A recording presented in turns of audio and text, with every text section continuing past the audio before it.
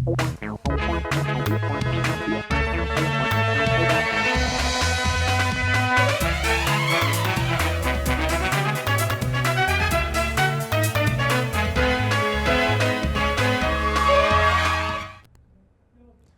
आप देख रहे हैं राष्ट्रीय समाचार और मैं हूं आपके साथ प्रिया पांडे। पहले एक नजर हेडलाइंस पर। देश भर में कड़ाके की ठंड और घना कोहरा, जनजीवन अस्त व्यस्त, सड़क हवाई यातायात प्रभावित।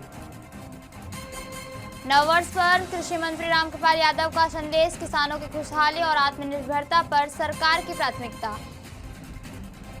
गोपालगंज पहुंचे मंत्री अशोक चौधरी, विश्व के सबसे बड़े शिवलिंग की पूजा, केसरिया के लिए रवाना। नए साल में ठंड का प्रचंड प्रहार, गुजरात से माउंट आबू तक शीतलहर, कोहरा और तापमान में तेज गिरावट। डिजिफेस्ट आई ग्लोबल समिट 2026 में सीएम मोहन यादव, मध्य प्रदेश को बताया निवेश का तेजी से उभरता केंद्र। देश भर में कड़ाके की ठंड और घने कोहरे का प्रकोप लगातार जारी है, जिससे आम जनजीवन बुरी तरह प्रभावित हो रहा है। मध्य प्रदेश की राजधानी भोपाल में भी सुबह से ही घना कोहरा छाया हुआ है और तापमान में गिरावट के कारण लोगों को तेजी सर्दी का सामना करना पड़ रहा है। हालत ऐसे है कि स्कूल जाने वाले बच्चों और कामकाजी लोगों को रोजमर्रा की गतिविधियों में भारी दिक्कतें आ रही हैं। उत्तराखंड में भी सर्दी का सीतम लगातार बढ़ता जा रहा है। देहरादून में शीतलहर के साथ घने कोहरे ने लोगों की परेशानी बढ़ा दी है और ठंडी हवाओं के कारण ठिठुरन और ज्यादा महसूस की जा रही है। पश्चिम भारत की बात करें तो मुंबई के कई इलाकों में स्मॉग और घने कोहरे की परत देखी जा रही है। बांद्रा समेत कई क्षेत्रों में दृश्यता कम होने से यातायात प्रभावित हो रहा है और वाहन चालकों को अतिरिक्त सतर्कता बरतनी पड़ रही है। वहीं पूर्वोत्तर भारत में भी मौसम का मिजाज बदला हुआ है। असम के गुवाहाटी में सुबह घना कोहरा और शीतलहर का असर देखने को मिला, जिसके चलते रेल सेवाएं प्रभावित हुई हैं और सड़कों पर वाहनों की रफ्तार भी धीमी हो गई है। राष्ट्रीय राजधानी दिल्ली और एनसीआर में कोहरे का सीधा असर हवाई और रेल यातायात पर पड़ रहा है। नई दिल्ली के आईजीआई एयरपोर्ट से कई घरेलू और अंतर्राष्ट्रीय उड़ानें कोहरे की वजह से विलंबित रही, जिससे यात्रियों को परेशानी का सामना करना पड़ा। वहीं आनंद विहार समेत प्रमुख रेलवे स्टेशनों पर घने कोहरे के कारण ट्रेनों का संचालन प्रभावित हुआ। कम दृश्यता के चलते कई ट्रेनें देरी से चल रही हैं, जिसे देखते हुए रेलवे प्रशासन ने यात्रियों के लिए एडवाइजरी जारी की है और सावधानी बरतने की भी अपील की है। बिहार सरकार के कृषि मंत्री रामकृपाल यादव के नववर्ष के अवसर पर प्रदेश के किसान भाइयों को ढेर सारी शुभकामनाएं दी है। उन्होंने कहा कि नया साल किसानों के जीवन में नई उम्मीद, नई तकनीक और नई संभावनाएं लेकर आए हैं। यही सरकार की प्राथमिकता है। कृषि मंत्री ने कहा कि बिहार की अर्थव्यवस्था की रीढ़ किसान है और उनकी मजबूती के बिना राज्य का समग्र विकास संभव नहीं है। इसी सोच के तहत बिहार सरकार नववर्ष में किसानों को और अधिक सशक्त, आत्मनिर्भर और समृद्ध बनाने की दिशा में लगातार काम कर रही है। रामकृपाल यादव ने एक बार फिर सभी किसान भाइयों को नववर्ष की शुभकामनाएं देते हुए कहा कि यह साल खुशहाली, समृद्धि और बेहतर फसल लेकर आए, यही सरकार की कामना और संकल्प है। मंत्री रामकृपाल यादव जी हमारे साथ हैं। नए साल की शुरुआत हो गई है। नए साल में क्या कुछ विभाग में होने जा रहा है? नया साल 2026 शुभारंभ हो गया है। बिहार की जनता और हमारी किसान खास तौर पर मजदूर खुशहाल रहें, ये ईश्वर से प्रार्थना है और हम सब लोग मिलकर के उसके खुशहाली के लिए माननीय मुख्यमंत्री के नेतृत्व में काम कर रहे हैं और आगे भी करें। विभाग में क्या रोड मैप बनाने जा रहे हैं? कृषि रोड मैप तो ऑलरेडी माननीय मुख्यमंत्री जी ने बनाया, उसी के आधार पर काम हो रहा है और ये चतुर्थवां कृषि रोड मैप है जिस पर काम चल रहा है और काफ़ी कुछ सुधार हुआ है और आगे भी काफ़ी कुछ सुधार हम लोग करते रहेंगे ताकि किसान की खुशहाली प्रदेश की खुशहाली है। लालू यादव के साथ आप बेहतर तरीके से रहें। लालू IRCTC घोटाले मामले में लालू यादव की सुनवाई होने वाली है, कैसे देखते हैं? अरे वो तो रूटीन मामला है, उसमें हम लोग क्या बोलें, तो सब देख ही रहे। कानून अपना काम करती है, करेगी। तेजस्वी यादव जी लापता है।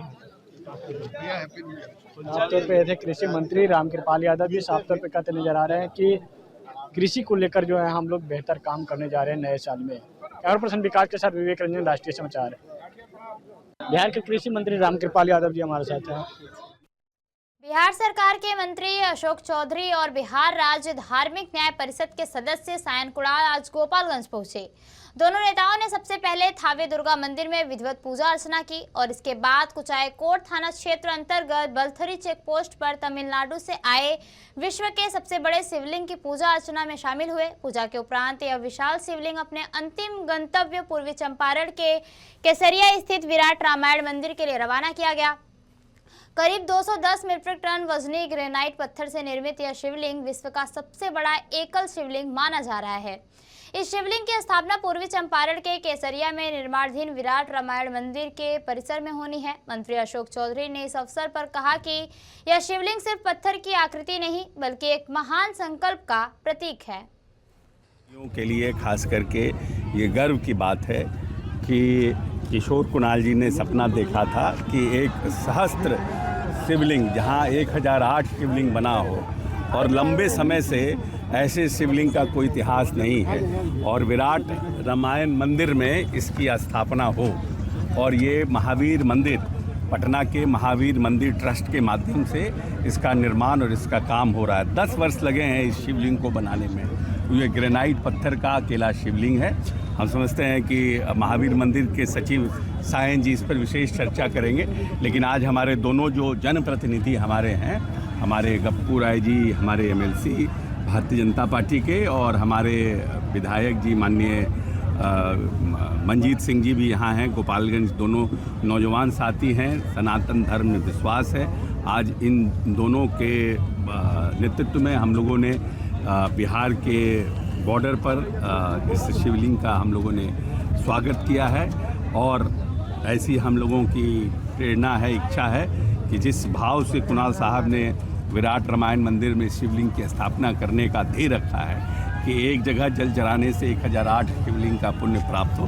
बहुत जल्द भव्य तरीके से इसका प्राण प्रतिष्ठा वहाँ पर होगा। 17 तारीख तो ये शिवलिंग वहाँ पर पहुँच जाएगा और 17 तारीख को क्योंकि माघ कृष्ण चतुर्दशी है उस दिन ये इसकी स्थापना वहाँ पर कर दी जाएगी 17 तारीख को और 2030 तक मंदिर का निर्माण पूरा हो जाएगा और प्राण प्रतिष्ठा सभी देवी देवताओं की 2030 में पूरी हो जाएगी और आम भक्तों के लिए ये मंदिर तब से चालू हो जाएगा। बात करते हैं महाराष्ट्र के अकोला जिले की, जहां AIMIM की ओर से आयोजित एक जनसभा के दौरान कई महत्वपूर्ण घटनाएं हुई। पहली घटना ने सबका ध्यान खींच लिया। दरअसल AIMIM के पार्टी के सभा के दौरान भीड़ नियंत्रण से बाहर हो गई और लोग स्टेज की ओर बढ़ने लगे। इसी दौरान पुलिस को सभा में हल्का लाठीचार्ज भी करना पड़ा ताकि किसी भी बड़ी दुर्घटना को रोका जा सके। इससे सभा स्थल पर तनावपूर्ण माहौल और अफरा तफरी की स्थिति उत्पन्न हो गई। कुछ समर्थकों के बीच भगदड़ जैसी स्थिति भी बनी और बड़ी संख्या में लोग धावा बोलते देखे गए। हालांकि बाद में पुलिस ने हालत पर काबू पा लिया। स्थानीय सूत्रों का कहना है कि भीड़ प्रबंधन और सुरक्षा इंतजामों की कमी के कारण यह स्थिति बनी, जिससे कार्यक्रम का संचालन प्रभावित रहा। कई समर्थकों को मामूली चोटें भी आई है और एक और जहां ये भगदड़ मची है तो वहीं इस सभा में ओवैसी के एक बयान से सियासी संग्राम तेज हो गया है। AIMIM पार्टी के राष्ट्रीय अध्यक्ष असदुद्दीन ओवैसी ने इस सभा में कांग्रेस विधायक साजिद खान पठान पर जमकर निशाना साधा। ओवैसी ने कहा कि पठान हर किसी को खुश करने की कोशिश में लगे हैं, जिससे उनकी छवि प्रभावित हो रही है। उन्होंने अपने बयान में यह भी आरोप लगाया कि कांग्रेस विधायक अपने फैसलों और व्यवहार से लोगों की उपेक्षाओं पर खरे नहीं उतर रहे हैं। साहब बहुत बड़े आदमी है, मैं उनकी खुद इज्जत करता हूँ। उनको शायद उनके लोगों ने कुछ गलत फील्डिंग दिया। वो तो बाहर गांव के लोग हैं, उनको क्या पता कि शहर में क्या चलता है, यहाँ का आमदार क्या करता है। यहाँ की जो लोकल के लोग हैं उन्होंने उनको शायद मेरे बारे में कुछ गलत बताया।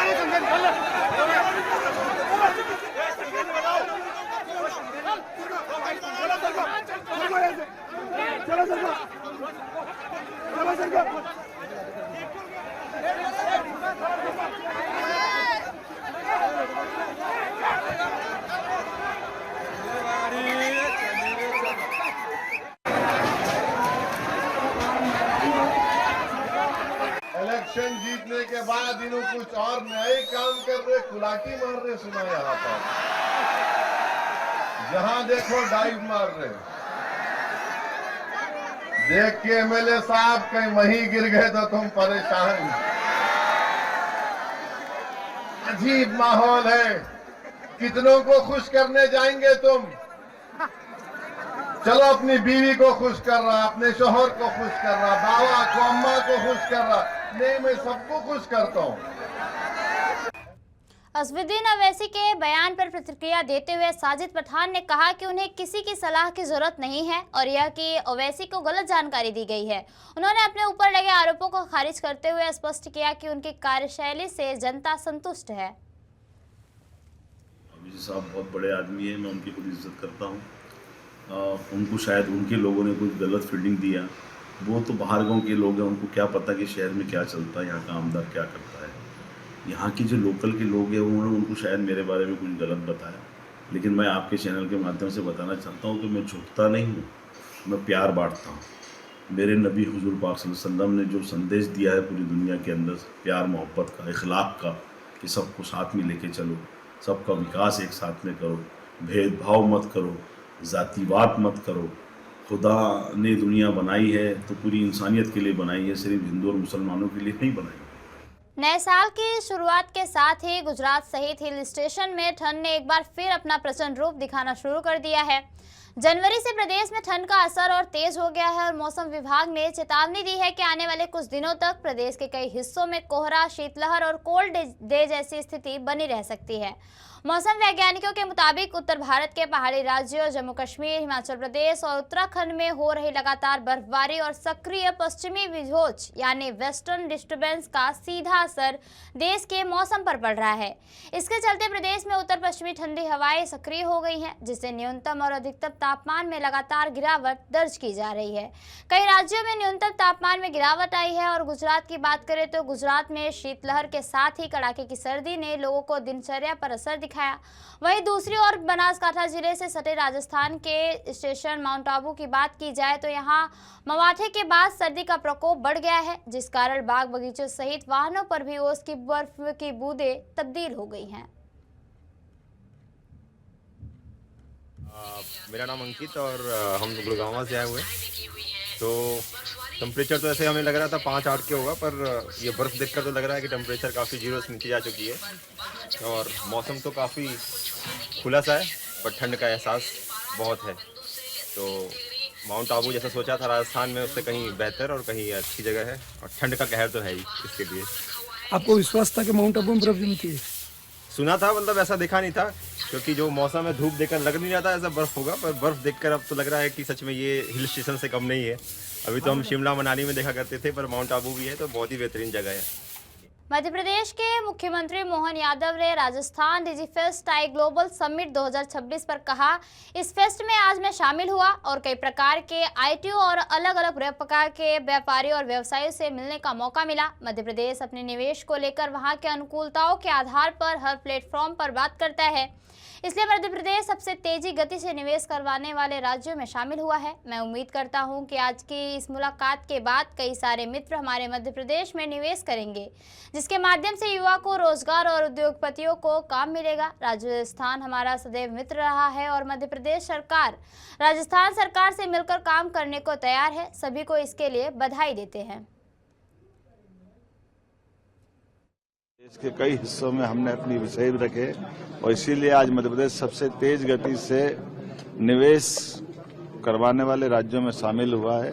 मैं उम्मीद करता हूं कि आज की इस मीटिंग के बाद भी कई सारे मित्र हमारे मध्य प्रदेश में इन्वेस्टमेंट करेंगे, जिसके माध्यम से युवा लोगों को रोजगार मिलेगा, उद्योगपतियों को काम धंधा मिलेगा।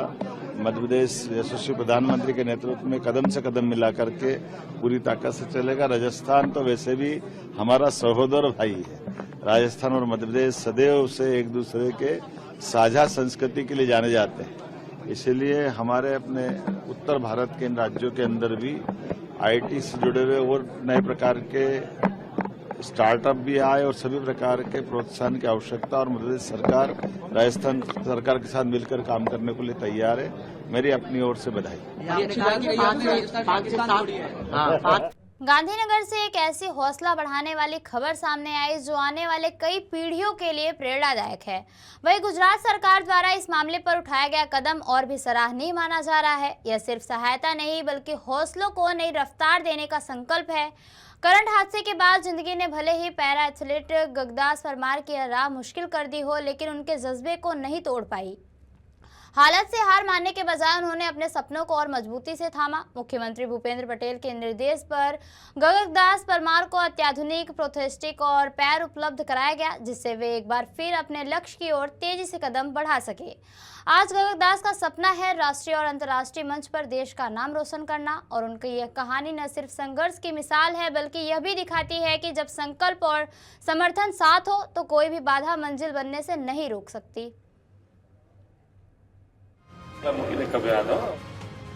ये है बनासकांठा जिले के वावथरा क्षेत्र के जेठदा गांव के रहने वाले गगनदास परमार। एक ऐसा नाम जिसने हालात से हार मानने के बजाय उनसे लड़ना चुना। 2017 में एक भीषण बिजली के करंट हादसे ने गगनदास की जिंदगी बदल दी। इस हादसे में उन्होंने अपने दोनों पैर खो दिए और एक पल में उनका पूरा संसार जैसे थम सा गया। शारीरिक और आर्थिक रूप से सीमित संसाधनों के बावजूद गगनदास के सपने जिंदा रहे और उनका संघर्ष जारी रहा। इसी संघर्ष के बीच गगनदास की मुलाकात गुजरात के मुख्यमंत्री भूपेंद्र पटेल से हुई। ये मुलाकात सिर्फ एक औपचारिक भेंट नहीं थी, ये उम्मीद की पहली किरण थी। मुख्यमंत्री ने गगनदास की स्थिति को समझा और तुरंत मदद के निर्देश दिए।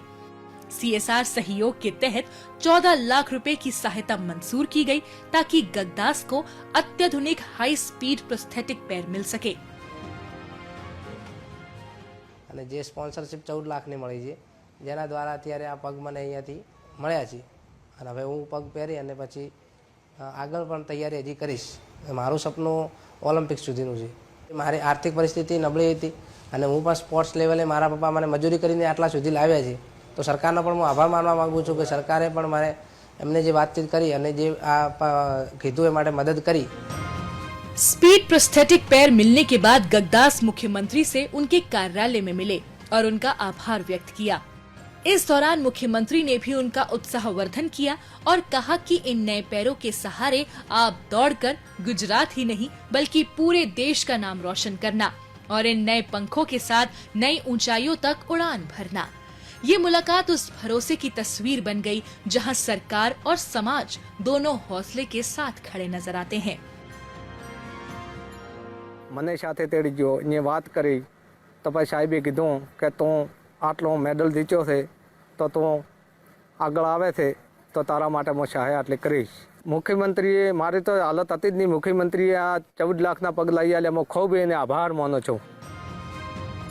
उन्नत प्रोस्थेटिक पैर मिलने के बाद गगनदास की जिंदगी को नई रफ्तार मिली। अब वो नियमित प्रशिक्षण के साथ 100 और 200 मीटर दौड़ स्पर्धाओं की तैयारी कर रहे हैं। जो सपना कभी अधूरा लगता था अब साकार होता दिख रहा है। एक मजदूर का बेटा अब ओलंपिक जैसे बड़े मंच का सपना देख रहा है, आत्मविश्वास के साथ पूरी ताकत से। અત્યારે હવે એમણે નોર્મલ રનિંગ અને બધું કરી શકે છે, એમની ટ્રેનિંગ ચાલુ છે, એટલે હવે એમણે 100 અને 200 મીટર દોડ માટેની એક્ટિવિટી સ્ટાર્ટ કરશે અને એના માટેના જે સ્પોર્ટ્સ એક્ટિવિટીમાં છે એમાં એમણે પાર્ટિસિપેટ કરવાના છે। त्रासदी से सफलता तक का ये सफर बताता है अगर हौसला जिंदा हो और सही समय पर सहारा मिल जाए तो हर चुनौती को पार किया जा सकता है। महाराष्ट्र की महानगर पालिका चुनाव की राजनीति में निर्विरोध चुनाव अब बड़ा विवाद बन गया है। राज्य में 68 कॉर्पोरेटर बिना विरोध के चुने गए, जिनमें से एक भी विपक्षी दल से नहीं है। विपक्ष का आरोप है कि यह लोकतांत्रिक प्रक्रिया नहीं बल्कि साजिश है। पैसे, पुलिस दबाव और धमकी के जरिए उम्मीदवारों से नामांकन वापस कराए गए हैं। खासकर राज्य के उप मुख्यमंत्री एकनाथ शिंदे गढ़ के ठाणे पुलिस कॉर्पोरेशन इसका सबसे बड़ा उदाहरण बनकर सामने आया है। विपक्ष ने इसे लोकतंत्र की हत्या बताते हुए चुनाव आयोग से तत्काल कार्रवाई की मांग की है। 68 कॉर्पोरेटर बिना विरोध के चुने गए हैं। इनमें बीजेपी के 44, शिंदे गुट के 22 और अजीत पवार गुट के 2 कॉर्पोरेटर्स शामिल हैं। विपक्ष का दावा है कि ये सामान्य प्रक्रिया नहीं बल्कि एक नया फंडा है। मशीन में गड़बड़ी, वोट चोरी और बोगस वोटर के बाद अब चुनाव जीतने के लिए निर्विरोध रास्ता अपनाया गया है। विपक्षी नेताओं का आरोप है कि चुनाव से पहले उम्मीदवारों को पैसे दिए गए, पुलिस का दबाव बनाया गया और करोड़ों रुपए का लेन देन हुआ। कहा यह जा रहा है कि ठाणे म्युनिसिपल कॉर्पोरेशन को लूट कर खाया गया पैसा ही चुनाव में इस्तेमाल हुआ। रूलिंग पार्टी के कुछ विधायक खुद इस मुद्दे को विधानसभा में उठाने की बात कह रहे हैं। तुमच्या मशीनमध्ये गडबड, वोट चोरी, त्यानंतर बोगस मतदार. आता एक महाराष्ट्रामध्ये नवीन प्रकार या ठिकाणी जिंकण्यासाठी म्हणजे इलेक्शनच्या अगोदरच त्या ठिकाणी पैसे देऊन, धमक्या देऊन, पोलीस यंत्रणा वापरून, त्याचबरोबर पैशाचा आमिष दाखवून कोट्यावधी रुपयाचा व्यवहार या ठिकाणी या संदर्भामध्ये झालेला आहे. आज तुम्ही बघितलं असेल ठाणे महापालिका लुटून खाल्लेली आहे या मंडळींनी. आणि या महापालिकेची अवस्था एवढी वाईट आहे की दरवेळेला पगार सुद्धा त्याचे लेट जात आहेत. परिवहन असेल, शिक्षण मंडळ असेल किंवा इतर संबंध असेल, आज कित्येक याचा अजूनही हिसाब लागत नाही, ऑडिट झालेला नाही. तर आम्ही बोलत नाही, त्या सत्ताधारी पक्षाचा आमदार सांगतोय, तो विधानसभेमध्ये प्रश्न मांडतोय, परंतु त्या आमदाराची दखल सुद्धा घेतली जात नाही. म्हणजे कशा पद्धतीने हे चालू आहे तुम्हाला माहिती असेल. शेवटी हाच पैसा भ्रष्टाचाराच्या माध्यमातून आलेला पैसा. आणि आज तुम्हाला माहिती असेल या ठाण्यामध्ये, या ठाणे जिल्ह्यामध्ये, या महाराष्ट्रामध्ये कशा पद्धतीने ड्रग्स हे चालू आहे तुम्हाला माहिती असेल. ठाणे में महाविकास आघाड़ी और एमएनएस के उम्मीदवारों पर नामांकन वापस लेने का दबाव बनाया गया है। एक वीडियो सामने आया जिसमें पुलिस अधिकारी उद्धव ठाकरे की शिवसेना के उम्मीदवार विक्रांत घाक को उप मुख्यमंत्री एकनाथ शिंदे के ठाणे स्थित घर ले जाते दिखे। शिंदे के घर जाने के बाद उम्मीदवार ने अपना फॉर्म वापस ले लिया। आरोप है कि पुलिस और सत्ता मिलकर ये पूरा खेल चला रहे हैं। एक अपक्ष उमेदवार आहेत की आमचा उमेदवार आहे, त्याला पोलीसवाला एक पोलीस अधिकारी त्याला डीसीएमच्या घरी बंगल्यावर घेऊन चाललेला आहे. बघा, हा तो व्हिडिओ आहे. याचा अर्थ आम्ही जे म्हणतोय की पैसे देऊन बिनविरोध नगरसेवक निवडून आणले, त्याचं एक उदाहरण देतो. हा जो त्याचा विक्रम घाक ना, विक्रांत घाक नावाचा मुलगा आहे आणि त्याच्याबरोबर एक पोलीस ऑफिसर आहे जो एकनाथ शिंदेच्या घरी चाललेला आहे, बंगल्यावर चाललेला आहे. मला असं वाटतं की पोलिसांचा जो वापर केला गेला तो पैशाचा वापर. आता जर हा मला वाटतं राष्ट्र आपल्या कोणाच्या चिन्हावर, आपल्या शिवसेनेच्या चिन्हावर लढलेला मुलगा आहे, त्याने फॉर्म भरला होता. आणि हा मुलगा काय करतोय, याला पोलीसवाला का घेऊन चालला एकनाथ शिंदेच्या घरी, याची चौकशी नको का व्हायला. आता हा प्रूफ आहे ना, आम्ही प्रूफ देतोय. आता याच्यानंतर जर अजून काय प्रूफ हवे असतील निवडणूक आयोगाला तरी मागा, तेही द्यायला तयार आहोत. पण हा सरळ प्रूफ आहे की एकनाथ शिंदेच्या घरी एक पोलीस अधिकारी हे आमच्या उमेदवाराला घेऊन गेलेले आहेत आणि त्यानंतर त्यांनी जाऊन अर्ज पाठी घेतलेला आहे. याचा देखील तुम्ही टाइम मॅच करू शकता की तो त्यांच्या घरी कधी गेला आणि तिकडनं अर्ज पाठी घ्यायला कधी गेला. सो या सगळ्या गोष्टी पाहता ही संपूर्ण निवडणूक ही मला असं वाटतं पैशानी आणि पोलीस यंत्रणेच्या दबावाखाली लढली जाते. एमएनएस और उद्धव ठाकरे गुट का कहना है कि 336 विपक्षी नामांकन फॉर्म खारिज किए गए। निर्विरोध चुने गए 68 में एक भी विपक्षी उम्मीदवार नहीं है, जिससे साजिश की आशंका गहराती है। चुनाव आयोग के रिटर्निंग अधिकारी के फोन कॉल रिकॉर्डिंग की जांच, सीसीटीवी फुटेज और संबंधित अधिकारियों पर कार्यवाही की मांग की है।